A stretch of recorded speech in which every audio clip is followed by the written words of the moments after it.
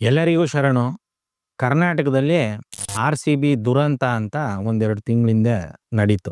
ಅದು ನನ್ನ ಪ್ರಕಾರ ದುರಂತ ಅಲ್ಲ. ಏನು ಈ ಸರ್ಕಾರ ನಡೆಸ್ತಾ ಇದ್ದಾರೆ, ಮುಖ್ಯಮಂತ್ರಿ ಇರ್ಬೋದು, ಉಪಮುಖ್ಯಮಂತ್ರಿ ಇರ್ಬೋದು, ಇವರಿಬ್ಬರು ಮೆಡೆಗಾರಿಕೆಗೋಸ್ಕರ ಅದೊಂದು ಸೆಲೆಬ್ರೇಷನ್ನ ಮಾಡಿ, ಅಲ್ಲಿ ಒಂದಷ್ಟು ಮಕ್ಕಳನ್ನ ಸಾಯಿಸಿದ್ರು. ಹೇಳ್ಬೋದು ಇವರು, ನಾವೇನು ಕರೆದಿದ್ವಾ ಇಷ್ಟು ಜನನ ಅಂತೆಲ್ಲ. ನಿಮ್ಮನ್ನ ಯಾರ್ರೀ ಆ ಕಾರ್ಯಕ್ರಮ ಮಾಡಕ್ಕೆ ಹೇಳ್ದವ್ರು? ದಿಢೀರಂತ ಅದೇನೂ ಇಲ್ಲ, ಈ ರಾಜ್ಯ ಸರ್ಕಾರ ರೆಪ್ರೆಸೆಂಟ್ ಮಾಡಿದ್ದದ್ದಾ? ಯಾರೋ ದಂಧೆ ನಡೆಸುವಂಥವ್ರು ಕ್ರಿಕೆಟ್ ಟೀಮ್ಗಳನ್ನ ಕಟ್ಕೊಂಡು ಅವ್ರು ದಂಧೆ ಮಾಡಿರ್ತಾರೆ. ಅದ್ರದ್ದು ಕ್ರೆಡಿಟ್ ತಗೊಳ್ಳೋದಕ್ಕೆ ಯೂತ್ಸು ಹುಚ್ಚು ಬಂದು ಕುಣಿತಾರೆ. ಅದ್ರ ಕ್ರೆಡಿಟ್ ತಗೊಳ್ಳೋದಕ್ಕೋಸ್ಕರ ನೀವುಗಳು ಮಾಡಿ ಅಲ್ಲೊಂದು 11 ಮಕ್ಕಳನ್ನ ಸಾಯಿಸಿದ್ರಿ. ಅದು ಎಲ್ಲಿ ಕುತ್ತಿಗೆಗೆ ಬಂದ್ಬಿಡ್ತದೋ ಅಂತೇಳಿ ಯಾರೋ ಒಂದಷ್ಟು ಜನ ಪೊಲೀಸ್ ಆಫೀಸರ್ಸ್ನ ಅಮಾನತ್ ಮಾಡ್ಬಿಟ್ರಿ. ಈಗ ಈ ಇಡೀ ಕನ್ನಡ ಜಗತ್ತು, ಕರ್ನಾಟಕ ಏನಾಗ್ಬಿಟ್ಟಿದೆ ಅಂದ್ರೆ ಆ ಧರ್ಮಸ್ಥಳದ ವಿಚಾರದಲ್ಲಿ ಒಂಥರ ಇನ್ನೇನು ಕಾಣಿಸ್ತಾ ಇಲ್ಲ. ಬೇರೆ ಯಾವ ವಿಚಾರನೂ ಗೋಚರಿಸ್ತಾ ಇಲ್ಲ ಕನ್ನಡಿಗರಿಗೆ. ಬೆಳಿಗ್ಗೆ ಎದ್ರೆ, ಮಧ್ಯಾಹ್ನ ಆದ್ರೆ, ರಾತ್ರಿ ಆದ್ರೆ ಅದೊಂದು ರಂಜನೀಯವಾಗಿ ಆ ಹುಡುಗ ಒಬ್ಬ ವಿಡಿಯೋ ಮಾಡ್ದ. ಅವನಿಗೊಂದು ಭೀಮಾ ಅಂತ ಬೇರೆ ಹೆಸರು ಕೊಟ್ಬಿಟ್ಟವನೆ. ಅವನಿಗೆ ಆ ಮುಖವಾಡ ಎಲ್ಲ ಹಾಕಿದ್ದಾರೆ. ಅವ್ನು ಯಾರು ಅಂತಾನೂ ಗೊತ್ತಾಗ್ತಾ ಇಲ್ಲ. ಆ ರಾಂಪುರ ಅಂತ ಹೇಳಿದ್ದಾರೆ ಆ ವಿಡಿಯೋದಲ್ಲಿ, ಮಂಡ್ಯದಲ್ಲಿ ರಾಂಪುರ ಅಂತ. ಅದು ನಮ್ಮೂರಿಂದ ಒಂದು 4 ಕಿಲೋಮೀಟರ್ ದೂರ ಇದೆ. ಅಲ್ಲಿ ಒಂದೇ ಒಂದು ಎಸ್ ಸಿ ಕುಟುಂಬ ಇಲ್ಲ. ಆದರೆ ಏನು ಅಂತಾನೆ ಅರ್ಥ ಆಗ್ತಾ ಇಲ್ಲ. ಒಂದು 3 ದಿನ ತೋಡಿದ್ರು, ತೋಡಾದ್ಮೇಲೆ ಬಾಡಿ ಯಾವುದು ಸಿಕ್ಲಿಲ್ಲ, ಇಲ್ಲ ಅದ್ರದ್ದು ಯಾವುದು ಮೂಳೆಗಳು ಸಿಗ್ಲಿಲ್ಲ ಅಂದರು. 4ನೇ ದಿನಕ್ಕೆ ಒಂದು ಕಡೆ ಸಿಕ್ಬಿಡ್ತು ಅಂತಂದ್ರು. ಇದೊಂಥರ ಗೊಂದಲಮಯವಾಗಿದೆ. ಒಂದು ಏನೋ ಒಂದು ಈ ಸಸ್ಪೆನ್ಸ್ ಥ್ರಿಲ್ಲರ್ ಮೂವಿನ ನೋಡ್ದಂಗೆ ಇಡೀ ಕನ್ನಡಿಗರನ್ನ ಆವರಿಸ್ಕೊಬಿಟ್ಟಿದೆ. ಈ ಗುಂಗಲ್ಲಿ ಆರ್-ಸಿ-ಬಿ ಕಾಲ್ ತುಳಿತದಿಂದ ತಪ್ಪಿಸ್ಕೊಬಿಟ್ರು. ಯಾರೋ ಈ CM ಮತ್ತೆ DCM ಇವರಿಬ್ರುನೂ ನಿಜವಾಗ್ಲೂ ನೈತಿಕತೆ ಇದ್ದಿದ್ರೆ ಏನಾದ್ರೂ ಪನಿಷ್ಮೆಂಟ್ಗೆ ಒಳಗಾಗಬೇಕಾಗಿತ್ತು. ರಾಜೀನಾಮೆ ಎಲ್ಲ ತುಂಬ ದೊಡ್ಡ ಪನಿಷ್ಮೆಂಟ್ ಆಯಿತು. ಬೇರೆ ಏನಾದ್ರೂ ಪನಿಷ್ಮೆಂಟು ಇವರಿಬ್ರಿಗೂ ಆಗಬೇಕಾಯಿತು. ಆದರೆ ತಪ್ಪಿಸ್ಕೊಬಿಟ್ರು. ಈಗ ಈ ಗುಂಗಲ್ಲಿ ನೋಡಿ ಅಮಾನತ್ ಮಾಡಿದ್ರಲ್ಲ, ಅವ್ರನ್ನೆಲ್ಲ ಈ ಕ್ಷಣಕ್ಕೆ ಜಾರಿಗೆ ಬರುವಂಗೆ ಅವ್ರ ಅಮಾನತ್ತು ರದ್ದು ಅಂತೆ. ಏನಕ್ಕೆ ನೀವು ಅಮಾನತ್ ಮಾಡಿದ್ದು? ಏನು ಅವಾಗ ಅಮಾನತ್ ಮಾಡಿದಾಗ ಒಂದಷ್ಟು ಜನ ಆಫೀಸರ್ಸ್ನ ವಹಿಸ್ಕೊಂಡು ಮಾತಾಡಿದ್ದು ನೋಡ್ಬೇಕು. ರೇ, ಯಾವುದೇ ಆಫೀಸರ್ಸ್ ಆಗಿರಲಿ, ಇಲ್ಲ ಯಾವುದೇ ರಾಜಕಾರಣಿಗಳಾಗಿರಲಿ, ಅವರು ಖಂಡಿತವಾಗ್ಲೂ ಇಲ್ಲಿ ಇರುವಂಥ ಬಡಬಗ್ರಿಗೆ, ವಂಚಿತರಿಗೆ ಒಳ್ಳೆ ಕೆಲಸ ಮಾಡಬೇಕು ಅಂತ ಇರೋರು ಖಂಡಿತ ಅಲ್ಲ. ಅವರು ಎಲ್ಲರೂ ಕೂಡ ತಮ್ಮ ವೈಯಕ್ತಿಕ ಲಾಭಕ್ಕೋಸ್ಕರ ಇರುವಂಥವ್ರು. ಅವ್ರು ಏನಾದ್ರೂ ಇಲ್ಲಿರುವಂಥ ಬಡತನನ ಹೋಗ್ಲಾಡಿಸ್ಬೇಕು, ಇಲ್ಲಿರುವಂಥ ಅಸ್ಪೃಶ್ಯತೆನ ಹೋಗ್ಲಾಡಿಸ್ಬೇಕು, ಅಸಮಾನತೆನ ಹೋಗ್ಲಾಡಿಸ್ಬೇಕು ಅಂತೇನಾದ್ರೂ ಜಸ್ಟ್ 3 ವರ್ಷ ಮಾತ್ರ ಕೆಲಸ ಮಾಡಿದ್ರು ಇಷ್ಟೊತ್ತಿಗೆ ಅದೆಲ್ಲ ತೊಲಗಿ ಬ್ಯೂಟಿಫುಲ್ ಆಗಿಬಿಟ್ಟಿರೋದು ಇಡೀ ಇಂಡಿಯನ್ ಯೂನಿಯನ್. ಇವ್ರು ಯಾವ ಕಾರಣಕ್ಕೂ ಕೆಲಸ ಮಾಡುವಂಥದ್ದು ತಮ್ಮ ಸ್ವಾರ್ಥಕ್ಕೋಸ್ಕರ. ಅದರಲ್ಲಿ ಕಾಂಪಿಟೇಷನು, ನಾನೆಷ್ಟು ಸ್ವಾರ್ಥಿ, ನೀನೆಷ್ಟು ಸ್ವಾರ್ಥಿ ಅಂತ. ಇನ್ನೇ ಏನಾದ್ರೂ ಅಲ್ಪ ಸ್ವಲ್ಪ ಜನಗಳಿಗೆ ಕೆಲಸ ಆಗ್ತಾ ಇದ್ರೆ ಅದು ಜನಾಂದೋಲನಗಳಿಂದ ಮಾತ್ರ. ಏನು ಎಜುಕೇಟ್ ಮಾಡಿ ಆ ವಿಚಾರದ ಬಗ್ಗೆ ಅವರನ್ನ ಒಂದು ಒಗ್ಗೂಡಿಸಿ ಹೋರಾಟಗಳು ನಡೀತಾವಲ್ಲ, ಇದರಿಂದ ಜನಸಾಮಾನ್ಯರಿಗೆ ಅಷ್ಟೋ ಇಷ್ಟೋ ನೆಮ್ಮದಿ ಸಿಗ್ತಾ ಇದೆ. ಇಂಥ ಒಂದು ಪರಿಸ್ಥಿತಿಲಿ ಕರ್ನಾಟಕ ಇರುವಾಗ ಒಂದು ಸಿನಿಮಾ ಭಾಳ ಅದ್ಭುತವಾಗಿ ಜನರನ್ನ ಮೆಚ್ಚುಗೆನ ಗಳಿಸಿದೆ, ಸೂ ಫ್ರಮ್ ಸೋ ಅಂತ. ಇದು ಧರ್ಮಸ್ಥಳದ ಏನು ಥ್ರಿಲ್ಲರ್ ಮೂವಿ ಏನು ನಡೀತಾ ಇದೆ ಅಂದರೆ, ನಿಜವಾದ ಒಂದು ಘಟನೆ ನಡೀತಾ ಇದೆ. ಅದರ ಆವರಿಸ್ಕೊಂಡಿರುವಂಥ ಕಾಲಘಟ್ಟದಲ್ಲೂ ಕೂಡ ಈ ಸೂ ಫ್ರಮ್ ಸೋ ಸಿನಿಮಾ ಎಲ್ಲ ಜನರನ್ನು ಮೆಚ್ಚುಗೆ ಗಳಿಸಿದೆ ಮತ್ತು ಸೆಳೀತಾ ಇದೆ. ಎಲ್ಲ ಥಿಯೇಟ್ರ್ಗಳಲ್ಲಿ ಸೆಳೀತಾ ಇದೆ. ನೀವು ಯಾವುದೇ ಮಾಲು ಅಲ್ಲಿ ಇರುವಂಥ ಶೋಗಳನ್ನ ಗಮನಿಸಿದ್ರೆ ಒಂದೊಂದು ಮಾಲಲ್ಲಿ 15 ಶೋ, 20 ಶೋ ಈ ಥರ ಕನ್ನಡ ಸಿನಿಮಾಗೆ ಕೊಟ್ಟಿದ್ದಾರೆ. ಮತ್ತು ನಾನು ಕೂಡ ಆ ಸಿನಿಮಾನ ನೋಡಿದೆ. ತುಂಬ ಚೆನ್ನಾಗಿದೆ. ಒಂದು 2 ಗಂಟೆ 10 ನಿಮಿಷ ಇರ್ಬೋದು ಅಷ್ಟೇ ಸಿನಿಮಾ. ಆದರೆ ಎಲ್ಲರೂ ಕೂಡ ಹೊಸಬ್ರು ಅಂತ ಹೇಳಕ್ಕೆ ಬರೋದಿಲ್ಲ. ಏನು ಕಾಂತಾರ ಸಿನಿಮಾಲ್ ಮಾಡಿದ್ರು, ಮತ್ತು ಈಗೇನು ಈ ರಾಜ್ ಬಿ ಶೆಟ್ಟಿ, ರಿಷಬ್ ಶೆಟ್ಟಿ, ಇನ್ನೂ ಒಂದಷ್ಟು ಈ ಶೆಟ್ಟಿ ಗುಂಪುಗಳಿದೆಯಲ್ಲ, ಇವರ ಸಿನಿಮಾಗಳಲ್ಲಿ ಆ್ಯಕ್ಟ್ ಮಾಡ್ತಿದ್ದವ್ರೇ ಇದರಲ್ಲಿ ಎಲ್ಲರನ್ನೂ ಆ್ಯಕ್ಟ್ ಮಾಡಿದ್ದಾರೆ. ಮತ್ತು ಅದು ಆ ಮಂಗಳೂರಲ್ಲೇ ನಡೆದ್ರೂ ಒಂದೇ ಒಂದು ಸೀನಲ್ಲಿ ಕೂಡ ಕಡಲನ್ನ ತೋರಿಸಿಲ್ಲ, ಸಮುದ್ರನ ತೋರಿಸಿಲ್ಲ. ಅದನ್ನು ತೋರಿಸ್ದೇನೂ ಕೂಡ, ಕಡಲನ್ನ ತೋರಿಸ್ದೇನೂ ಕೂಡ ಎಲ್ಲರನ್ನೂ ನಗೆಗಡಲಲ್ಲಿ ತೇಲಿಸ್ತಾರೆ. ಜೊತೆಗೆ ಏನು ಈ ಶಾಸ್ತ್ರ, ಸಂಪ್ರದಾಯ, ಮೂಢನಂಬಿಕೆ ದೆವ್ವ, ಭೂತ ಇಂಥದಕ್ಕೆಲ್ಲ ಬಹಳ ದೊಡ್ಡ ಚಾಟಿ ಏಟನ್ನ ಈ ಸಿನಿಮಾ ಕೊಡುತ್ತೆ. ಈ ಸಿನಿಮಾ ಕೂಡ ಧರ್ಮಸ್ಥಳದ ನೈಜ ಘಟನೆನ ನೋಡ್ಕೊಂಡು, ಮಾತಾಡ್ಕೊಂಡು ಈ ಸಿನಿಮಾ ನೋಡೋದನ್ನ ಮಿಸ್ ಮಾಡ್ಕೊಳ್ಬೇಡಿ. ಇನ್ನ ಏನು ದಿಕ್ತಪ್ಸಿದ್ರು ಮುಖ್ಯಮಂತ್ರಿ ಆಗ್ಬೋದು, ಉಪಮುಖ್ಯಮಂತ್ರಿ ಆಗ್ಬೋದು ಈ RCB ಕಾಲ್ ತೊಳಿತದಿಂದ, ಅವರು ನಿನ್ನೆ ಒಂದು ಘಟನೆ ಬಗ್ಗೆ ಬಹಳ ಸೆನ್ಸಿಬಲ್ ಆಗಿ ಮಾತಾಡಿದ್ದಾರೆ. ನಿಜವಾಗ್ಲೂನುವೆ ಬಹಳ ಸೆನ್ಸಿಬಲ್ ಮುಖ್ಯಮಂತ್ರಿ ಅಂತಾನೆ ಹೇಳ್ಬೋದು.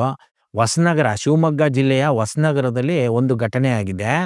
ಏನಂತಂದ್ರೆ ಅಲ್ಲಿ ಸರ್ಕಾರಿ ಸ್ಕೂಲ್ ಏನಿದೆ ಅದ್ರದ್ದು ನೀರು ಕುಡಿಯುವ ಟ್ಯಾಂಕ್‌ಗೆ ವಿಷನ ಬೆರೆಸ್ಬಿಟ್ಟಿದ್ದಾರೆ. ಇದು ಭಯೋತ್ಪಾದನೆಗಿಂತ ಹೇಯ ಕೃತ್ಯ ಅಂತ ಮುಖ್ಯಮಂತ್ರಿಯವರು ಹೇಳಿದ್ದಾರೆ. ಅದು ನಿಜವಾಗ್ಲೂನುವೆ ಸತ್ಯ. ಮುಖ್ಯಮಂತ್ರಿಗಳು ಇಷ್ಟು ಸೂಕ್ಷ್ಮವಾಗಿ ಮಾತಾಡಿರೋದು ನಿಜವಾಗ್ಲೂ ಅವ್ರಿಗೆ ಒಂದು ಹ್ಯಾಟ್ಸಪ್‌ನೇ ಹೇಳ್ಬೇಕು. ಬರೀ ಹೇಳೋದ್ ಮಾತ್ರ ಅಲ್ಲ, ಇದಕ್ಕೆ ಒಂದು ತನಿಖಾ ತಂಡನ ರಚಿಸಿ ಅವ್ರು ಯಾರೇ ಆಗಿರ್ಲಿ, ನನಗನ್ಸೋ ಮಟ್ಟಕ್ಕೆ ಒಂದು ಅಲ್ಲಿ ಏನಾದ್ರೂನುವೆ ಜಾಸ್ತಿ ಮುಸ್ಲಿಂ ಮಕ್ಕಳಿದ್ರೆ, ಅಲ್ಲೇನಾದ್ರೂ ಜಾಸ್ತಿ ದಲಿತ ಮಕ್ಕಳಿದ್ರೆ ಇದೊಂದು ಜಾತಿ ದ್ವೇಷ, ಕೋಮು ದ್ವೇಷಕ್ಕೋಸ್ಕರ ಮಾಡಿರ್ತಾರೆ. ಇಲ್ಲ ಅಲ್ಲಿ ಎಲ್ಲಾ ಮಕ್ಕಳು ಮಿಕ್ಸ್ ಇದ್ರು ಅಂತಂತಂದ್ರೆ, ಇದು ಪ್ರೈವೇಟ್ ಸ್ಕೂಲ್‌ಗಳು ಈ ಗೌರ್ಮೆಂಟ್ ಸ್ಕೂಲ್‌ಗಳನ್ನ ಕೆಟ್ಟ ಹೆಸರು ತರೋದಕ್ಕೋ, ಗೌರ್ಮೆಂಟ್ ಸ್ಕೂಲ್‌ನ ಮುಚ್ಸೋದಕ್ಕೋ ಈ ತರ ಮಾಡಿರುವ ಸಾಧ್ಯತೆಗಳಿರುತ್ತೆ. ಇದೆರಡು ಸಾಧ್ಯತೆಗಳು ನಮಗೆ ಜನಸಾಮಾನ್ಯರಿಗಾದ ನಮಗೆ ಗೋಚರಿಸುವಂಥದ್ದು.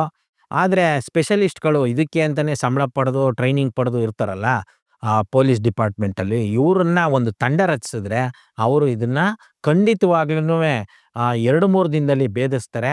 ಇದಕ್ಕೆ ಯಾರು ಕಾರಣಕರ್ತರಾಗಿದಾರೋ ಅವರು ಮೈನರ್ ಆಗಿರ್ಲಿ, ಯಾರೋ ಹುಡುಗರು ಏನಾದ್ರೂ ಇದಕ್ಕೆ ಆಟ ಆಡೋದಕ್ಕೆ ಮಾಡಿದ್ರು ಅಂತ ಇಟ್ಕೊಳ್ಳಿ, ಅವ್ರನ್ನುವೆ ಸಿವಿಯರ್ ಪನಿಷ್ಮೆಂಟ್ ಆಗ್ಬೇಕು, ರಿಮಾಂಡ್ ಹೋಮ್‌ಗೆ ಹಾಕ್ಬೇಕು. ಇಲ್ಲ ನಿಜವಾಗ್ಲೂನುವೆ ದುರುದ್ದೇಶದಿಂದ ಯಾರಾದ್ರೂನುವೆ 18 ವರ್ಷಕ್ಕಿಂತ ಹಿರಿಯರು ಏನಾರ ಮಾಡಿದ್ರೆ ಅವ್ರನ್ನ ಜೀವನ ಪರ್ಯಂತ ಜೈಲಲ್ಲಿ ಕೊಳೆಯುವಂಗೆ ಮಾಡ್ಬೇಕಿದೆ. ಮತ್ತೆ ಅದಕ್ಕೆ ದೊಡ್ಡ ಒಂದು ಪಬ್ಲಿಸಿಟಿನ ಕೊಡ್ಬೇಕಿದೆ. ಏನ್ರಿ ಸ್ಕೂಲಲ್ಲಿ ಓದೋ ಮಕ್ಕಳಿಗೆ ವಿಷ ಹಾಕ್ತಾರೆ ಅಂತಂದ್ರೆ ಇವರು ಎಂತ ಕಚಡ ಬುದ್ಧಿನ ಕಲ್ತಿರ್ಬೇಕು. ಇಂಥದ್ದನ್ನ ಹೊಸ್ಕಾಕ್ಬೇಕು. ನಿಜವಾಗ್ಲೂನುವೆ ಅಲ್ಲಿ ಅಡಿಗೆ ಮಾಡ್ತಿದ್ದಂಥವ್ರು ಅವರು ನಮ್ಮ ಮುಖ್ಯಮಂತ್ರಿಗಿಂತಲೂ ಸೆನ್ಸಿಬಲ್ ವ್ಯಕ್ತಿಗಳು. ಯಾಕಂದ್ರೆ ತುಂಬಾ ಕಡೆ ಈ ಅಡಿಗೆ ಮಾಡೋರು ಅಂತಂದ್ರೆ ಅವ್ರಿಗೆ ಸ್ಯಾಲರಿ ಕೊಡಲ್ಲ, ಬಹಳ ಕಡಿಮೆ ಸ್ಯಾಲರಿ. ಅವ್ರದ್ದು ಸ್ಟ್ರೈಕ್‌ಗಳಿಗೆಲ್ಲ ನಾವು ಕೂಡ ಭಾಗವಹಿಸಿದ್ದೀವಿ. ನಾವುವೆ ಸಂಘಟನೆ ಕೆಲಸ ಮಾಡುವಾಗ ಅವ್ರ ಸಂಘಟನೆ ಎಲ್ಲ ಮಾಡಿದ್ದೀವಿ. ಅವ್ರಿಗೆ ಎಷ್ಟು ಬೇಸರ ಇರ್ತದೆ ಅಂದ್ರೆ, ಅಯ್ಯೋ ಎಷ್ಟೋ ಬೇಗ ಮುಗಿಸ್ಬಿಟ್ಟು ಹೋದ್ರೆ ಸಾಕು ಅನ್ನೋ ತರ ಇರ್ತದೆ. ಆದ್ರೆ ಅವರ ತಾಯಿ ಹೃದಯನ ನೀವು ಗಮನಿಸಿ, ಯಾವಾಗ ಅವರು ನೀರಲ್ಲಿ ಏನೋ ಒಂಥರ ಬೇರೆ ಕಲರ್ ಇದೆಯಲ್ಲ ಅಂತೇಳಿ ಅದನ್ನ ನೋಡಿ ಚೆಕ್ ಮಾಡಿದಾಗ ಇದರಲ್ಲಿ ವಿಷ ಬೆರ್ತಿರೋದು ನಿಜ ಅಂತ ಅನ್ಸಿದ ಮೇಲೆ ಇಮಿಡಿಯೇಟ್ ಅವರು ಹೆಡ್ ಮಾಸ್ಟರ್‌ಗೆ ಹೇಳಿದ್ದಾರೆ. ಅವರು ಕೇರ್ಲೆಸ್ ಮಾಡ್ಬೋದಿತ್ತಲ್ಲ, ನನಗೆ ಬರೋದೇ ಸಂಬಳ ಕಡಿಮೆ, ನಾನು ಯಾಕೆ ಇದು ಮಾಡ್ಬೇಕು, ಹೋದ್ರೆ ಹೋಗ್ಲಿ ಬಿಡು, ಕುಡಿದ್ರೆ ಕುಡಿಲಿ ಬಿಡು ಅಂತ.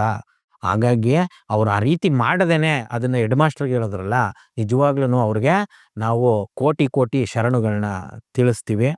ಇದು ಯಾವುದೇ ಕಾರಣಕ್ಕೂನುವೆ ಈ ಪ್ರಕರಣ ಮುಚ್ಚೋಗ್ಬಾರ್ದು. ಈ ಕೂಡ್ಲೆ ಆ ಜಿಲ್ಲೆಯ ಉಸ್ತುವಾರಿ ಸಚಿವರು, ಅಲ್ಲಿಯ MLA, ಅಲ್ಲಿರುವಂಥ ಅಧಿಕಾರಿಗಳು ಎಷ್ಟು ಆದ್ಯತೆ ಕೊಟ್ಟು ಹೋಗ್ಬೇಕು ಅಂತಂದ್ರೆ, ಇನ್ನೆಲ್ಲ ಸಂಘಟನೆಯವರು ಅಷ್ಟೇ.